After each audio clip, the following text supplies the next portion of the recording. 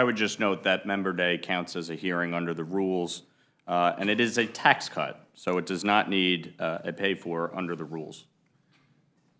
And no, it may not need a pay for, but, you know, I guess we were in the habit of paying for things because we actually care. When we say we care about the deficit and the debt, we actually mean it. But in any event, You've increased spending by $5 trillion in 2 years. Schneider, You're not in the habit of paying for anything. Yeah, let me ask you a question. So since you're the only one here on the Ways and Means Committee, does the Ways and Means Committee make it a habit to skip markups of bills that are about to become law?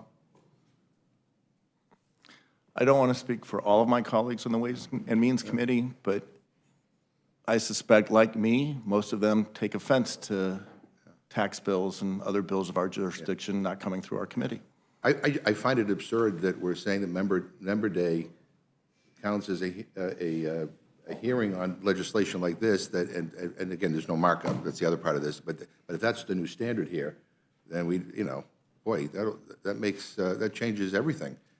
How we do it. Can anybody here answer me, and I'll just end with this, I mean, because I'm just trying to figure out what the hell is going on here. Is this just an exercise in pretend to be able to give some members you know, some video to put in a campaign ad to say that they're fighting for their constituents? I mean, which, by the way, you can't do. You're not supposed to do that, so just so you know, you can't take video from hearings and put it in a campaign ad.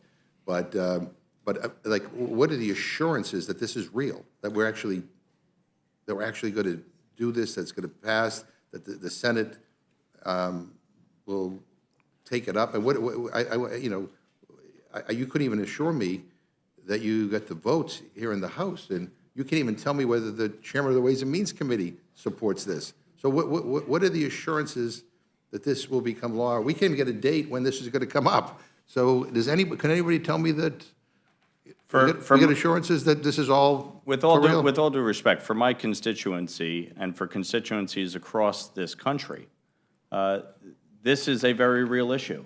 Biden inflation has crippled our economy. It has cost millions and billions of dollars for hardworking constituents all over this country. And so to belittle or demean the effort to provide real tax relief to constituents across this country, where were you?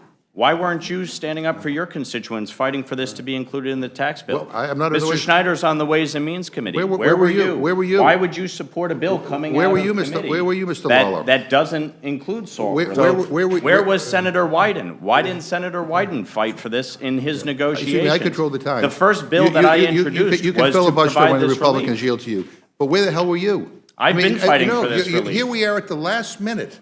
I mean, your party is in control. And by the way, this problem... This was a negotiation between Senator Wyden and Chairman Smith. Right, if I may. Who is... I would just ask both, let me interrupt quickly. Just ask both of you not to speak over one another. It's very difficult on our stenographer. So with that, yield back to... Thank you very much, Mr. Chairman. Last time I checked, Chairman Smith was a Republican and part of your party. And Senator Wyden is a Democrat. And number one. Number two, I want to point out for the record, the reason why we have this problem is because of the Trump tax cut that you guys all supported. You weren't here, I don't think, when we passed it, but the bottom line is Republicans supported. That's why this needs to be fixed. Which Senator Schumer could have filibustered in the Senate, but did not. This needs to be fixed.